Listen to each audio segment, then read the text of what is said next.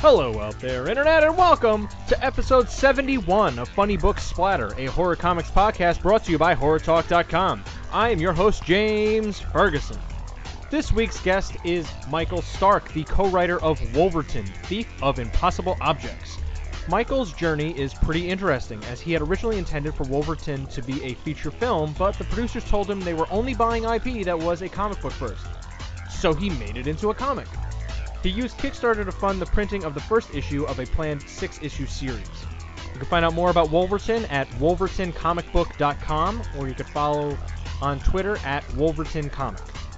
In other news, previous guest and prolific horror comics writer Cullen Bunn is on Kickstarter with an original graphic novel called Metro. It is co-written by Brian Quinn from Impractical Jokers and illustrated by Walt Flanagan. As a big fan of Tell 'em Steve Dave, I was all over this. Cullen Bunn's involvement certainly didn't hurt. I'm also on a quest to get some more ratings and reviews on iTunes. I have a couple now, so a huge thank you goes out to those who have left them so far. If you got a few minutes and you like the show, please take a moment to rate and or review the show. Alright, now on to this week's podcast. Here is episode 71 of Funny Book Splatter with my guest, Michael Stark. So the way I like to start the show is kind of ask you to pitch your book. So if you had to describe Wolverton to someone, how would you describe it to a new reader? Well, it's an action-adventure series about a gentleman thief in Edwardian England who specializes in only stealing magical items, but he really, really, really hates magic. It seems like an odd line of work to get into then, if you hate magic. It's the family business, so... But you learn that later. Yeah. So the term gentleman thief, like I wasn't entirely familiar with it when reading Wolverton, but I think it kind of comes through. How would you describe that? Well, it's a trope we haven't seen in a long time, but the Pink Panther, in comic books, Gambit, to take a thief, to catch a thief, it's a trope I've always loved. I'm 50, so I'm a little older than my co-writer, who, when I pitched him the idea originally, he was like, well, what's a gentleman thief? That sounds boring. I originally pitched it as modern day without the magic. I just said, let's write a script about gentleman thief. I had contact with Sean Connery. I had written something for him a long time ago. And I wanted to dust it off, and he was like, how do you charm your way into a safe these days? So basically, just to shut him up, this idea came out. I said, what if we did a period piece and he only stole magical items like the monkey's paw and the portrait of Dorian Gray, and he started leaning in and being very interested. So I thought we had a really good idea. That was a good way to shut him up, too. No, you can't just drop something like, I wrote something for Sean Connery in casual conversation like that and not explain a little bit further. So would you mind elaborating a little bit more on that?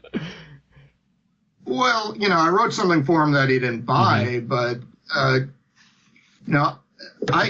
came out of comic books, I came into comic books sort of a reverse way, that I was a screenwriter. I was doing very well like 20 years ago. And, I think my first meeting at CAA was with Sean Connery's agent, and they were interested in buying something which they ultimately didn't buy, but just like, yeah, Sean wants to direct this. He really loves it. And this was my first ever Hollywood meeting. And I'm like, wait, Sean Connery read my script? Wait, what? He loved my... it was just like...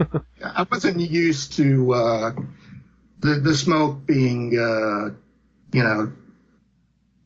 losing the expression, smoke up your ass, yeah. And, the schmoozing and everything. But, this was genial. This was real. And, we had a relationship for a while where I would pitch them ideas, and I had a gentleman thief type script, which was putting a British gentleman thief sort of in the middle of an Elmore Leonard type mafia book. So it was a comedy, and always thought it was a good idea, and the thief's name was Wolverhampton, and we changed it to Wolverton in this. So it's basically the same character, but set 200 years ago. Cool. Yeah. Well, I guess that could be your the ancestor of that character, right. huh? So you had mentioned at the end of the book, in the afterword, you described it. This was started as a film, or a script for a film, and then you decided to adapt it into a comic. So were there things that you realized wouldn't necessarily work in the comic book format, or you were able to change things going into it? We did have to streamline the story because, most comic book arcs are 6 books. So not everything we had in the film script will be in the comic book. And, there's stuff we wanted to keep. The book starts off with a set piece that, takes up a third of the book, which is unusual, but I said, I don't want to cut any of this. This is a good set piece. So you could see that the book is written very cinematically. I think even your review mentioned, well, it's a little wordy, and it's like, well, we're trying to do many different things, and it's also, a flashback to the comic books I loved. I loved DC Comics. I loved, horror comics from the 50s, and they're wordy. Mm-hmm. I mean, there's the omniscient narrator is everywhere, and it's almost every panel. And what I didn't know, because I haven't really read a lot of new comics, is like, yeah, no one's done that for 30 years. Well, they should do it. I love it. So, basically, when you're doing an indie comic, sometimes you do it for yourself. Yeah, it's yours. Which is not good marketing, of course, because, boy, that costs a lot of money for wanking and doing what I want. But sometimes you got to go with your dream. This is what I want, and I'm going to do it the way I want. And even though I'm in Atlanta now, I'm from New York, but I knew a lot of people in the comic book industry, but I didn't even ask anyone for help because they're probably going to talk me out of this. I don't know. Which might I don't know. The comic book community is a very welcoming and inclusive group for the most part. I mean, I could say that 99.9% of them are great. I mean, what I mean by that is that if it's something like, oh well, I wonder if I should do this, or I wonder if I can get bounce ideas off of somebody, that exists, and it's such a big community that even if you don't really have much interaction with someone, there are folks out there that will respond positively to go, yeah, I'll take a look at this real quick, or give you a quick read through and give you some feedback on it. So it's I wouldn't totally rule it out, and in terms of oh, there's no one to ask for help per se. Right. Well, Terrell, my co-writer, and I, we have since met them because Atlanta is a really big hub for comic book creators. So Van Jensen, who, we've become friends with, he blurbed the book. I think he knew what we were going for, so he never said, you shouldn't do that. So, but, I mean, wow, we know everybody now, but we didn't know anyone then. And, we're also writers, and we're shy. So, it's tough to be extroverted enough to ask for help or to, schlep your comic book around. But I had to get over that. We were at Dragon Con, and the book really came out a day before Dragon Con. I got some advance copies. And so we're just going to various people, handing out the book and trying not to go yama, yama, the Chef of the Future in the Honeymooners episode, had to get over being shy very quickly. And it's the same thing in Hollywood. When you have to pitch scripts, you have to be good in a room. And, Terrell and I could do our little comic book routine, bouncing off each other. But sometimes it depends on, the producer in the room who can make you feel comfortable or not. So it all starts there. But if we're the first ones talking, then, I'm always afraid of, am I going to come off sounding too much like an asshole, especially after doing all these podcasts. Every time I hear myself, I'm like, oh my God, what am I talking about? Well, hopefully this one doesn't turn out that way. But, no, yeah. Well, hopefully you'll let every other sentence out and make the great sense. I don't know. I feel like, the comics, there is an audience for everything when it comes down to that kind of stuff. So if you're trying to get when you describe a book like Wolverton, I feel like, oh yeah, there's a crowd for that. Like I understand it, totally get it. Like yes, and especially with like a nice like solid log line like what you kind of trimmed all that down to. It's like, yeah, this makes sense. I could see how this all comes together. You got me. And a heist story is like, I'm always a sucker for those kind of things, whether it's like Ocean's 11 or something like that. Like those kind of stories are just like fun to see how everything comes together, and it's never really how you expect, I think. So was something like that planning a heist like this, was that kind of difficult to do to kind of line up all those dots, or is it one of those things where like you have like a big pegboard and you're kind of like putting red string back and forth between all these different pieces?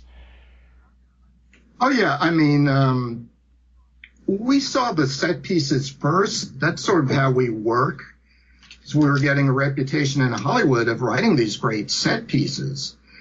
And so we came up with like that opening salvo where he's on the boat breaking into a safe during the storm of the century and no way to get off the boat. So we had that idea first.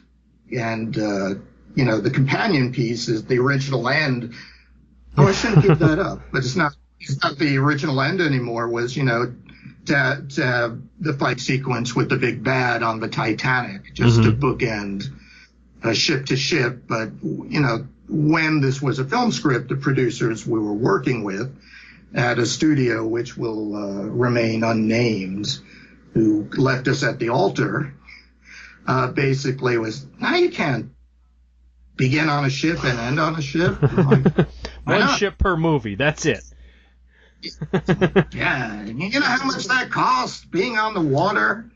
It's like, well, can it be a docked ship? In a comic book, we have more freedom. It's like, oh, it's $100 million movie. It's like, well, we just have to pay our artists to, draw a little harder. I love that idea that like, no, you can't have too many boats for some reason. Like, no, you're gonna piss off the automobile industry if you have too many boats in it. Like exactly. It sounds to me. It said, I love this ending. It's like, well, you're changing it, and they actually changed who the villain was, and in the comic book we could go back to some of the stuff we wanted. I don't know if the proper motivation is to say fuck you to Hollywood, because we still want to sell it as a movie. But yeah, the comic book was a fuck you. Well, that was going to be one of my questions. Was like, well, if you have the chance, would you still want to flip this into a film? Oh, of course. I mean, putting out an indie comic book is very hard. When we kept hearing from producers when we were trying to resell it, was it has to be a comic book first, and then we had a comic book deal with another company that shall remain nameless fall apart, which would have been a comic book and film deal.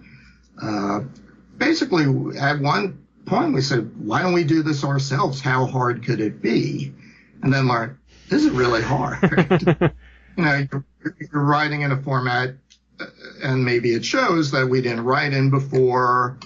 You have to deal with artists who have their own timeline, and as a writer, I'm really mellow. I understand how things work. But when you put on the publisher hat, everything is different. It's like, we need this now.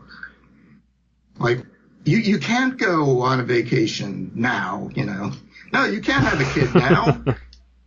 You have to finish the book. So, it's, I think anyone who ever put out a comic book before understands that, you're held to ransom by world events. So a couple things there. So you hadn't had exposure to the medium before, but so what aside from or was the driving force to dive into comics, was that this feedback you were getting from Hollywood to say like, oh, it's got to be a comic book first? Was that the main thing? I think that was part of it. Obviously Terrell and I grew up. One of the reasons we started working together was we loved many of the same things, and we were both big comic book geeks. I just, stopped reading them. I think when I discovered girls in college. A common story. Yeah, but would check out new things like different graphic novels like League of Extraordinary Gentlemen, which Wolverton has a similar feel to. So I wasn't totally out of it, and I always read old comic books, but that was the thing. I read old comic books, like EC comic books and different action adventure things, and Marvels and DCs from the 70s. Yeah. So aside from something like, do you have a like some notable ones that stuck out that were like these were my go-tos growing up? Oh, I used to ride my bike to the stationery store when stationery stores used to sell magazines. When there used to be stationery and when comics stores. were considered magazines. Exactly. So I think I was more of a Marvel kid back then. So Spider-Man, Thor, Captain America, anything Jack Kirby was doing, I was pretty sold on, and I grew up on Long Island, and my parents were divorced, so I would have to go on divorced dad's Saturday, take the train by myself to the big city to meet my dad to go to the off-track betting and just pick up comic books on the journey over there. And there's a kiosk in Penn Station that sold back issues for cheap. I got like X-Men #3 for probably $4. So you just, but this was the 70s, wasn't, who knows what it was worth back then. So just reading a lot of older comic books and just becoming a fan then, and becoming a fan again with the movies. Yeah, I'm so glad to hear that, because I feel like with the movies, everyone kind of hopes that people go back into a comic book store, but it doesn't seem to happen. Like, it doesn't really translate, it seems, to bring people actually into in from the theater into a comic book store. Well, I've been buying again. I know Terrell will never stop, but he just had a kid too, and comic books are not 25 cents anymore. No, they are most definitely not. So, you have to budget, and I totally understand that, and that's why, we're an indie book. I knew we wouldn't make any money at this, but just to not go totally in the hole, we asked for $4.99 instead of $3.99, which is one of the reasons Diamond didn't pick us up. And it's like, well, we don't have ads where it's rough. I'm learning the business end, and I own a bookstore that specializes in rare books, but I never considered myself a businessman. If you own a bookstore, you're really not a businessman. Well, how was the experience then when you had everything written out, you're ready to go, you jumped onto the Kickstarter platform, and you funded the publication of the book? What was that experience like? Because I've heard highs and lows about the Kickstarter platform. We actually had everything almost all ready to go. We didn't kickstart it from the beginning. We did it at the end, really, because I ran out of money. And we just needed like $3 or $4 grand to get it printed. So for issue 2, which we are finally getting around to doing, we're going to kickstart it from the beginning. And, I was scared. I wanted to go Indiegogo, and the other guys were like, you have to do comic books Kickstarter only. And doing all the research on that. And, we made our goal in the first day. So, thank you. If these people want to go again, we'll see. But it was stressful getting it ready because I am tech Amish and I'm the one who had to do all that and put the campaign together. And, coming out of film school, I had a friend make a promotional video, and that made us think, boy, Wolverton would make a good cartoon too. So, it's kind of a Marvel marching society. So it's primitive, but it works. And, it was successful. I was happy with it. Of course, right when we're launching, I'm like, oh my God, what if it makes nothing?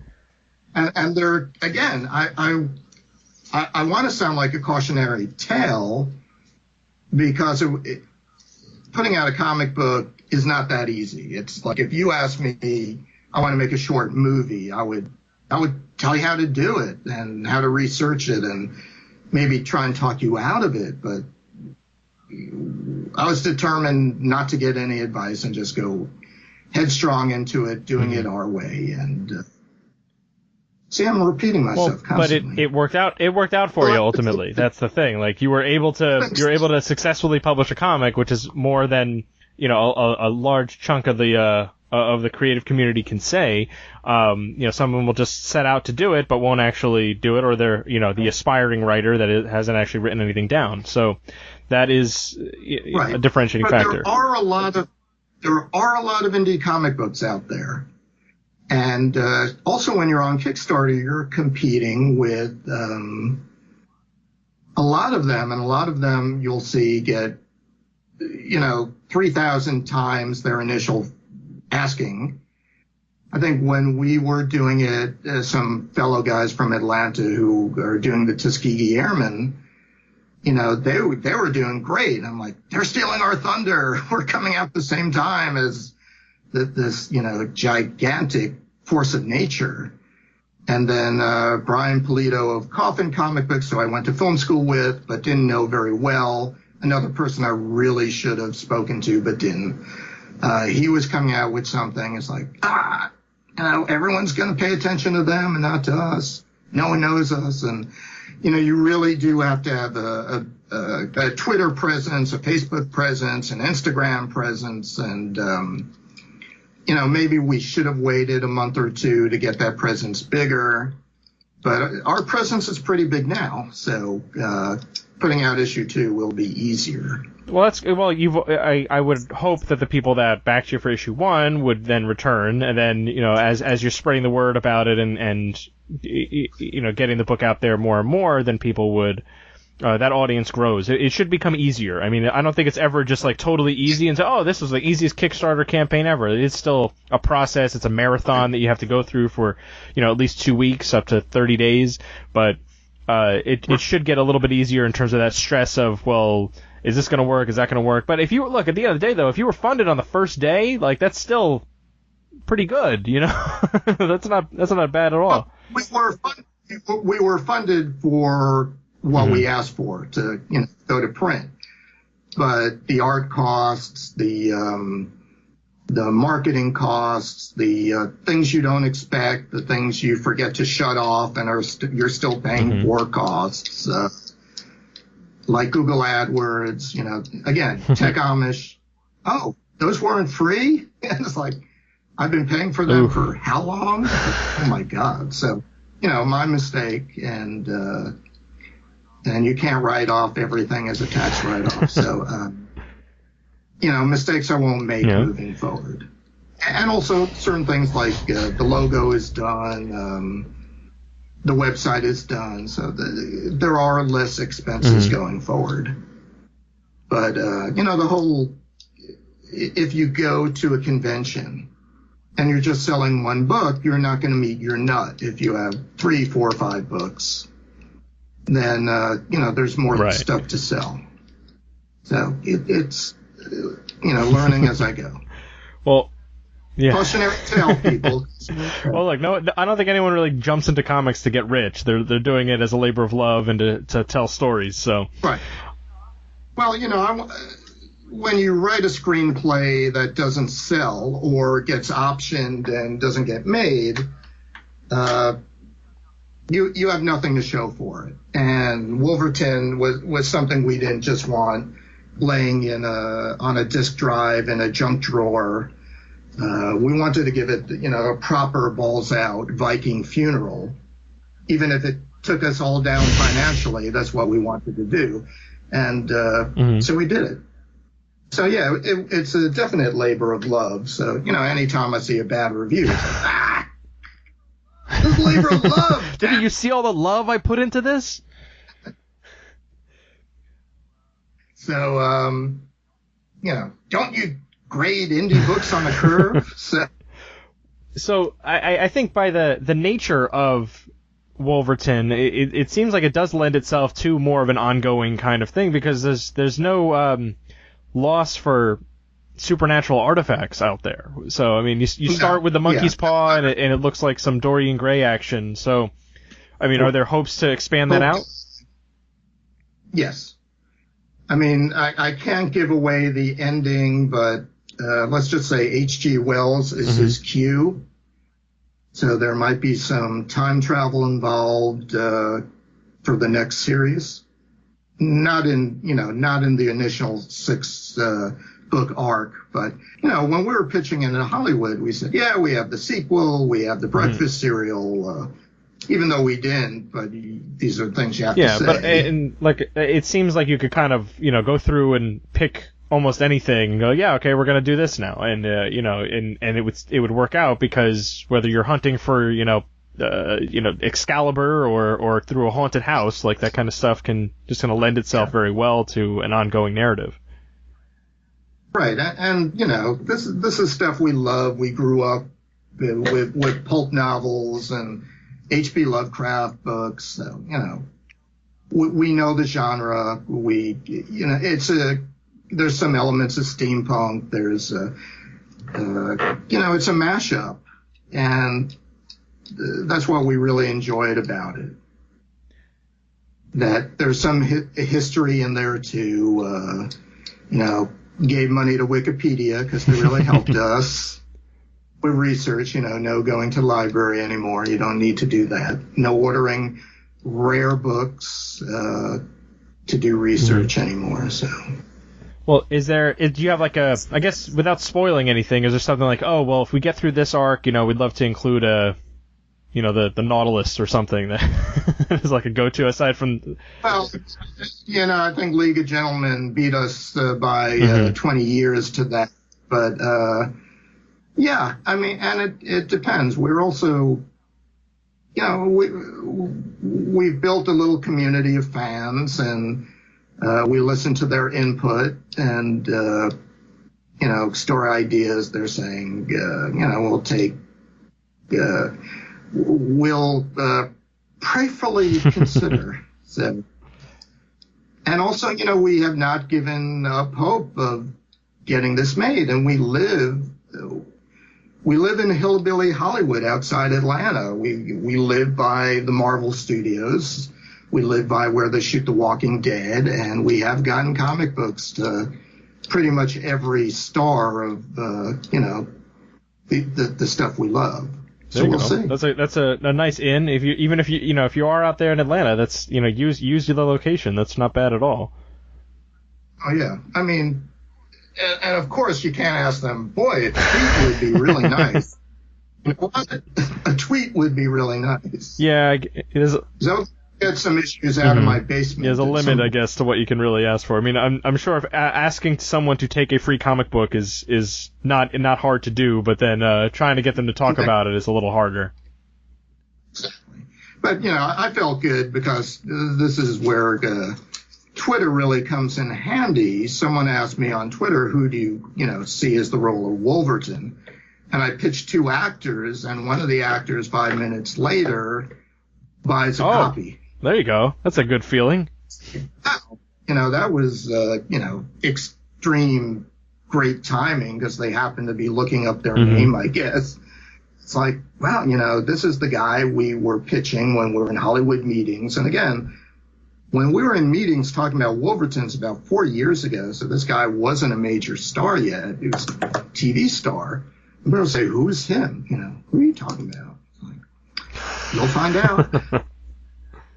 And now, you know, he's in a, you know, he's one of the Marvel, you know, stars. So, you know, it's good timing. So how long was that process? If you were pitching the script to the film 4 years ago, how long did it take to make the transition into a comic book? Well, it took a long time for us to finally say, let's do it. It probably took 3 years of, you know, having it go through, you know, different agents and managers and producers to the point of like, well, no studio is going to pick it up if it's not a comic book. And we didn't get a comic book deal, which was one of these deals with a movie maybe, you know, behind them too.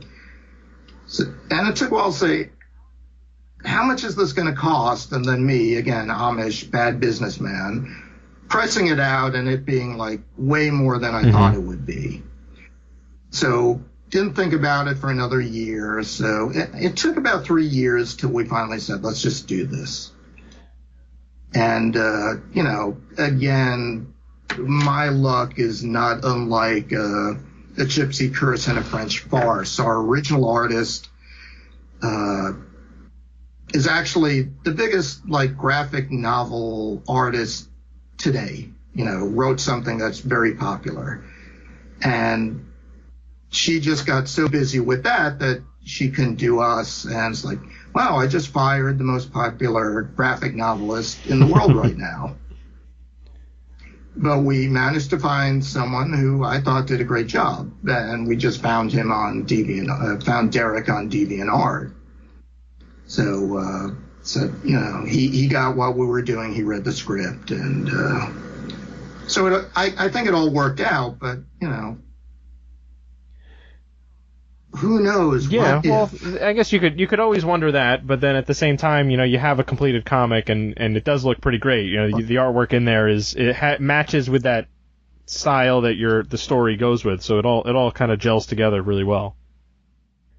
And I do think it's really funny, though, that, you know, it's like, well, they won't make it, they won't latch onto an original idea. It has to be a comic book first. And then you're like, well, I could just go out and make it. You know, like, I'll just go and make a comic book. Like, because, you know, the barrier of entry for that is so low now that, yeah, you can't just go ahead and make a comic book and then, like, now it's a comic book. Will you make my movie now? You know? Well, it has to be a successful okay. So now they're going to add all the caveats to it.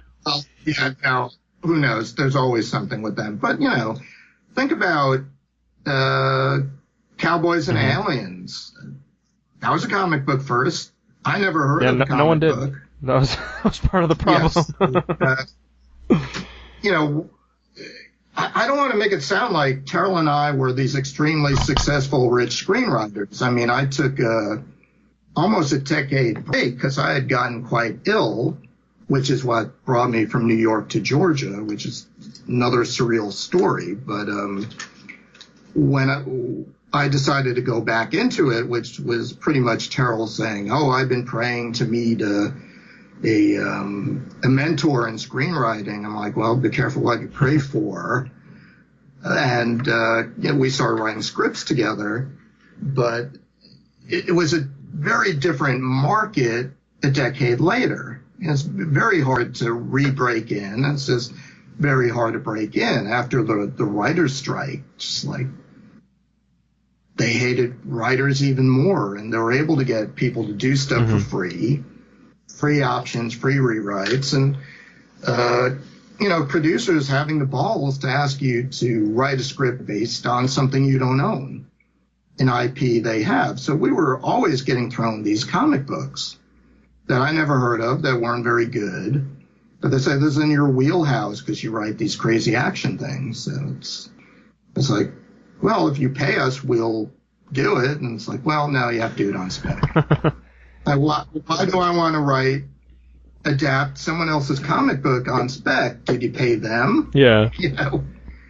So it's just every year it gets worse and worse. Oof. I don't know why. I was going to ask now. So, like, after the experience of making Wolverton into a comic book, has that kind of changed your opinion of Hollywood or about the comic book industry in terms of, well, where you want to kind of continue to tell stories? Well, the comic book industry is still not the easiest thing to get into.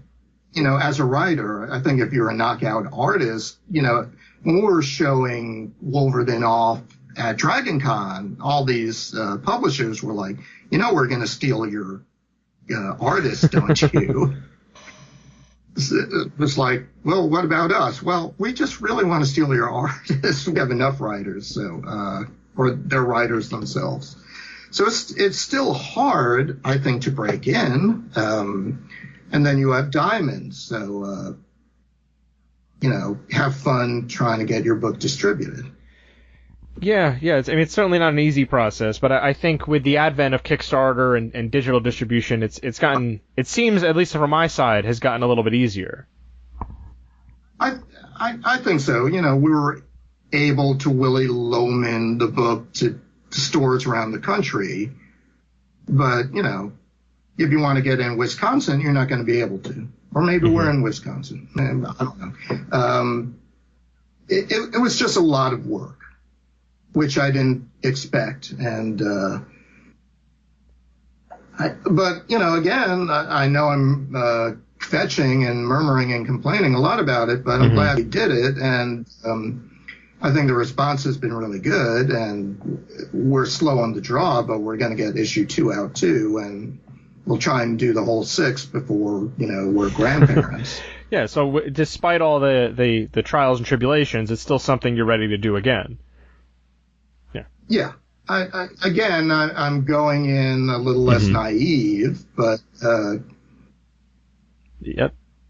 Still, you know, it's still a big jump. Look, yeah, but that's comics, you know, like it's like, you know, it is a labor of love again, but it's also just something that, you know, exactly. Everyone just gets so jazzed about. Like the people that are into comics are into comics, and the people that are into horror comics like love them, and that's what I've really seen is that like, this audience is really jazzed about it, and they're willing to try something different, and unique like this.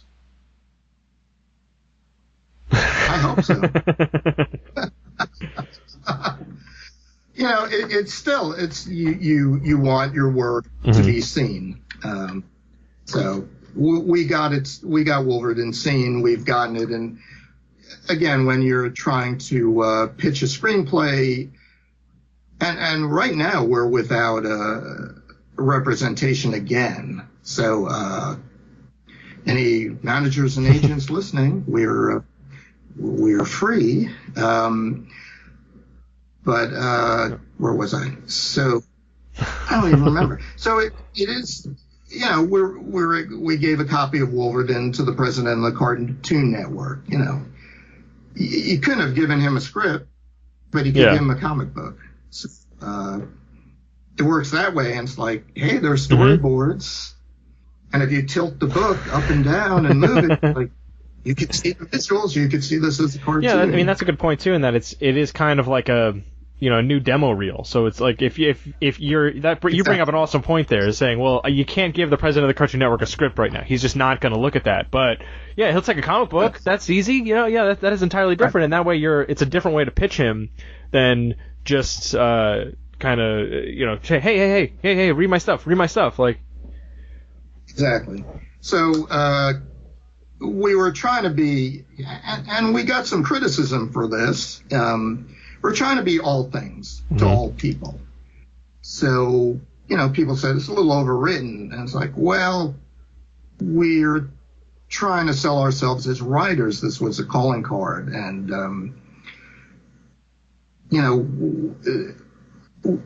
some people were really pissed off. It's like, wow, you reverse engineered this as a script. You really didn't want it to be a comic book. It's like, no, we didn't think of it as being a comic book. But after we started working on it as a comic book, we said, wow, this really does work as a comic book. So, yeah, some comic fans were like, it doesn't work that way. It's like, how do you know?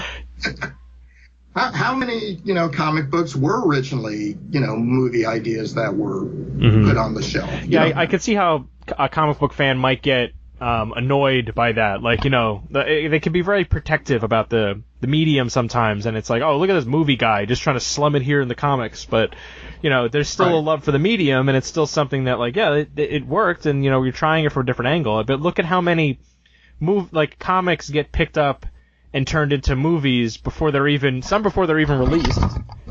Others before they're not even finished. Like, it's a cinematic medium, so of course I think they go hand in hand.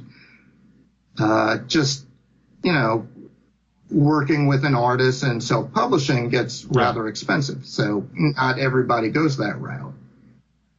And I guess if I went to Image and said, hey, here's a script, they're going to say, well, we're not going to read a script, but they'll read a comic book or the first pages. Yeah, I mean, and you have a full issue, so I mean that's better. I think Image actually asks for some I think at least like the first 5 or 6 pages, but yeah, you need that to at least show that you can actually complete the work.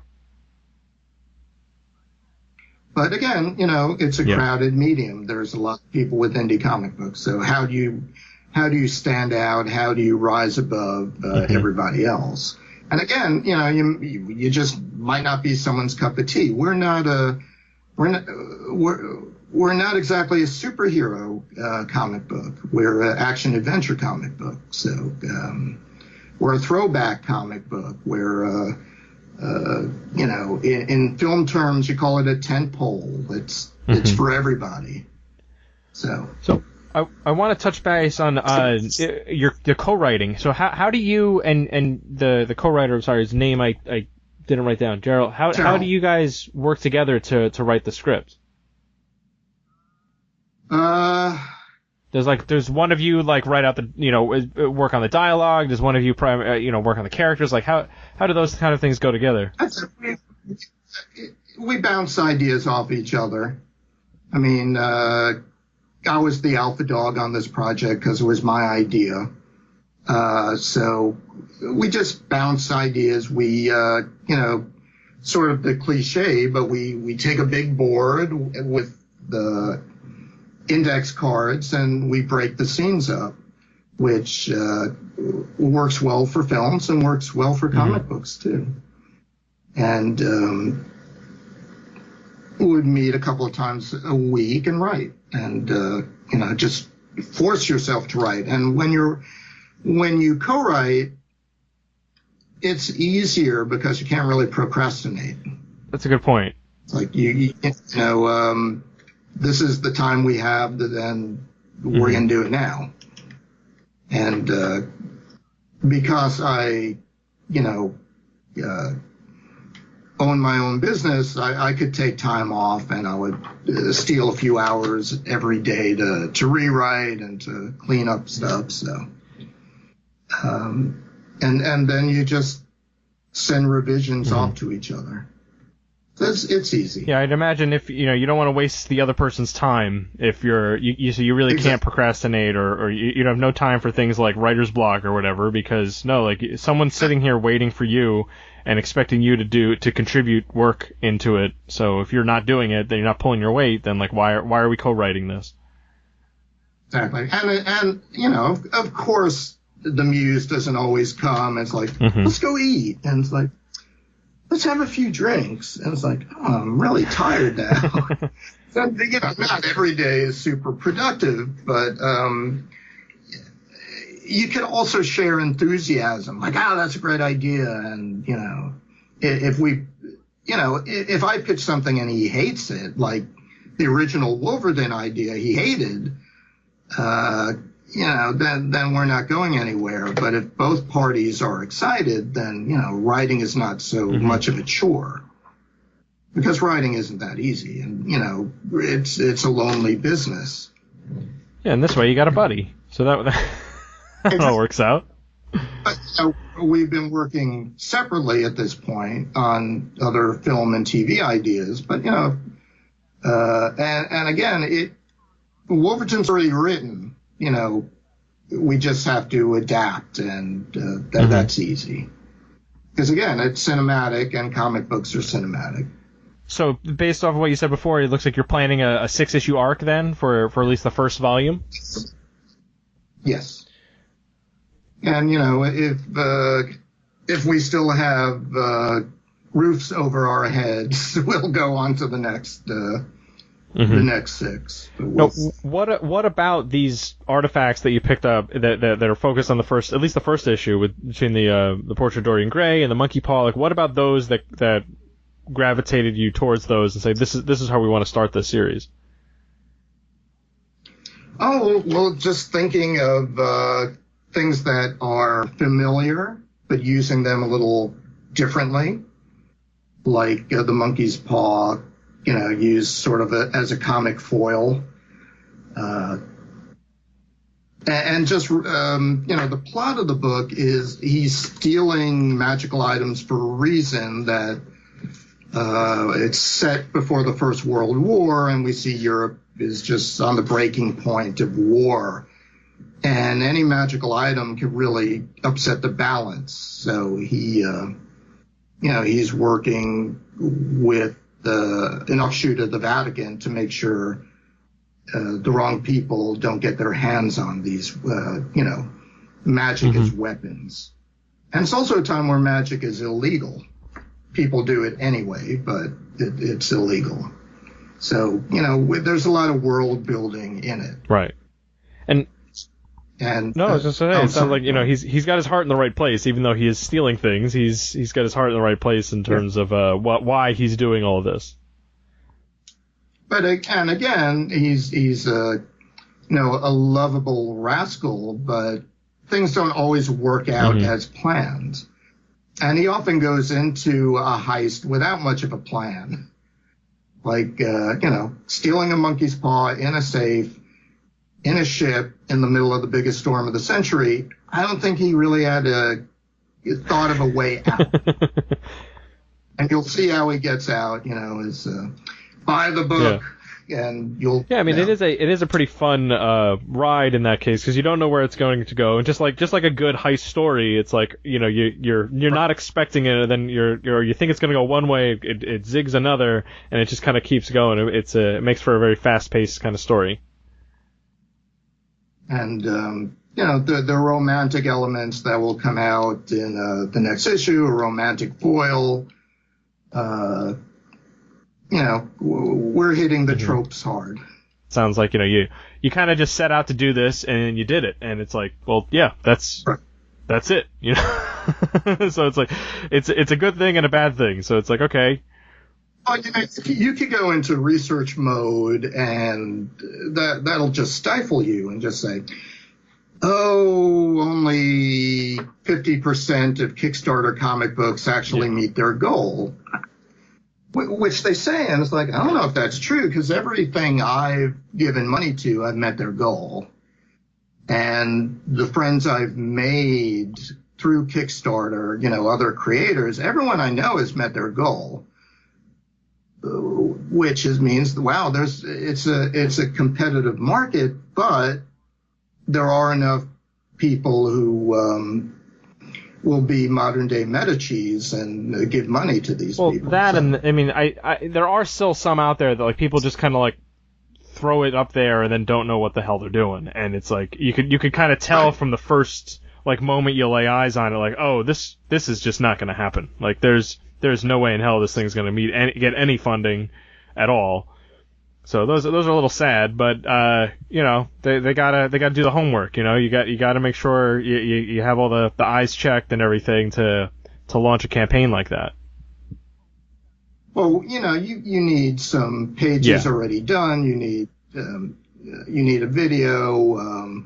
I think we'll reuse our video. Can I be honest with you? I think I've probably watched maybe 3 Kickstarter videos ever, and I've backed hundreds of campaigns. I never even bother with the video. Okay, well, you should watch ours. Sorry. I'll go look that one up then.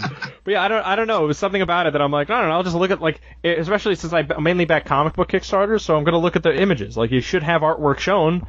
I'm going to go look at that see if I like that, because, you're not going to be able to sell me, if the artwork sucks or the story sucks, I'm not going to be sold based off of a cool video, Well, some people, because everybody is a critic, and I'm sorry, you're a critic, but I used to be a critic too. I was a music critic in the 80s, so nothing wrong with being a critic. But, everybody is an armchair critic, and they're like, well, your video is good, but it doesn't have any of you guys talking. I'm like, you don't want to see us talking. Trust me. And it's like, anytime I watch a video, you got to buy my comic, it's so cool, and, your house is messier than mine, which is pretty messy. It's like, that doesn't sell me. I know that's puts the human stamp on it, but, so when I see those videos, I stop watching and look at the art. Well, look, I think based off of this, your head's in the right place. You got everything, all these dots checked, all the boxes checked, rather. I'm hoping to see Wolverton continue soon. So I'm glad to see what you've been able to do and establish this world quickly in the first issue. And then, I guess are you going to plan to do a Kickstarter campaign for each issue? Okay. Yes. Yeah. So.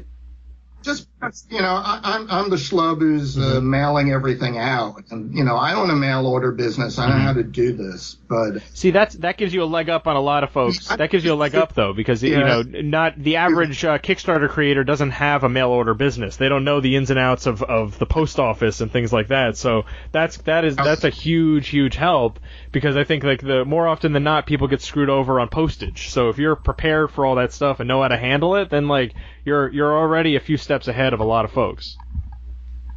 Well, we had things we were giving out, really nice signed art, poster size. And that's a bear to send out. And it's like, I don't think we're going to do that again. Because when you're sending out, 75 of them, it's like, that was a few days of work just to ship those. Well, a comic book is, you bag it, board it, put it in a photography type mailer. Easy. Yeah, and plus, if you have to be careful with the different rewards, because if you're sending out a T-shirt, a book, and a poster, well, what box is going to hold all those things? So. Exactly. So, I was putting the book on the the book in the mailer. Outside of the art mailer, it wasn't a rolled piece of art. It's a flat piece of art. So it's a big mailer. It's like, oh my God, why did I do that? And Terrell, who didn't get any paper cuts, helping me mail everything, is like, we should do 2 and 3 and 4 together. I'm like, well, that means mailing stuff at separate times. And keeping track of that, and no. So I know it makes sense, but as the person mailing it, you don't want to do that. Unless they come out all at the same time, and then you don't have to stagger. Yeah, but it's going to be tough from an art standpoint to get all that stuff done, and from a financial standpoint to pay for all said art. So, yeah. If the Kickstarter, I've been seeing Kickstarters go up to crazy money. And, that's fantastic. And, that's where your stretch goals go in. And, again, I was naive. I was saying, maybe we will make more than what we needed for printing and actually pay me back for, the art costs and all these other costs. I think we'll be able to do that this time. But last time, again, we didn't have the presence we have now. So, again, I get a lot of emails, people saying, can you help me with our Kickstarter advice? I'm like, I don't know, maybe we just got lucky. Well, look, if 50% of comic book Kickstarters fail, then you're doing something right. So. Well, that's what they say. I don't know if it's true. Well, look, I think you're on the right track with this kind of stuff, and I hope that it just kind of continues to go onward and upward with what you have. So hopefully you get into a good rhythm with with the rest of the series that it can come out in a more timely fashion, and then you're able to get a nice collection at the end of it, trade paperback or something at the end of it to kind of put it all together. Yeah, that would be fun. Well, we were talking about doing it as a graphic novel at first. It's like that'll just take a couple of years. It depends on the length. I mean, like I don't fully understand it, but I've seen graphic novel. It's like, oh, this is a graphic novel, and it's like 50 pages, and I'm like, these are like 2 slightly larger comics. Right. Like I don't see how that's a graphic novel per se. But like, and again, like I know you keep saying 6 issues, but like in all honesty, like it probably doesn't have to be a full 6 issues. If you could, I've seen a lot of miniseries and solid books going in at like a 4 or 5 issues, and you're still able to do everything. Like that 6-issue thing, I think was something Marvel did for a while, and just like pushing out 6-issue books like that. But you can kind of play with that a little bit and be it's as long as it needs to be, ultimately. Right. Well, I edited it down from 10 issues. So I was like, I don't know if we could cut too much more. There's a lot to the story. We'll see. Well, like I said, man, onward and upward for Wolverton here. So, to kind of wrap things up a bit, where can folks find Wolverton if they want to check out the book? Where are the best places folks can go and check it out? We are out of Atlanta, so we're in pretty much every store in Georgia. But shelf life isn't indefinite. But on our website, and this month or whatever month this podcast happens to be on, we'll do a BOGO special because we know the price of postage is frightfully high. So just go to our website, what is our website? WolvertonComicBook.com. Cool. And then otherwise, best place to find... I hope that's our website. Well, I'll double check it, and I'll in the intro for the show, I'll make sure to include it. Whatever the correct one is will be in there. And then otherwise, check out the boring bits. There are a lot of boring bits in this interview. The other places to find you online, like Facebook, Twitter, something like that. Yeah, we have a Twitter presence, make a lot of jokes. Not very controversial. I do want to shout out your Twitter. Actually has a nice. It's not just plugging the book, but I think it's Wolverton Comic on Twitter. But it's it's a lot of like good comic and stuff going on there. So it's a good follow in general. Yeah. Oh, thank you. I hope so. And just making a lot of bad puns because we can put bad puns in the book. So I just need an outlet for it. All right, cool, Michael. And artwork, seeing how we did it, from pencils to inks to even pages of the script we throw up there every once in a while. Yeah. So that's it's definitely worth checking out. That's why I make sure to ask those kind of things to wrap up to say like, if you like what you're hearing here, extend that onto the internet. Go out there, find them on the internet, folks. All right, Michael, thank you so much for taking the time to chat with me today. That will do it for this episode of Funny Books Splatter. I have been James Ferguson with my guest, Michael Stark. You've been listening to Funny Books Splatter, a horror comics podcast brought to you by HorrorTalk.com. We've been bringing you the best in horror since 2002. In addition to comics, we cover movies, TV shows, books, and video games. We've got news, reviews, guest features, interviews, unboxing videos, and much more. Be sure to sign up to Steve's Deals newsletter to increase your horror collection without breaking the bank. Check us out at HorrorTalk.com and at HorrorTalk on Twitter.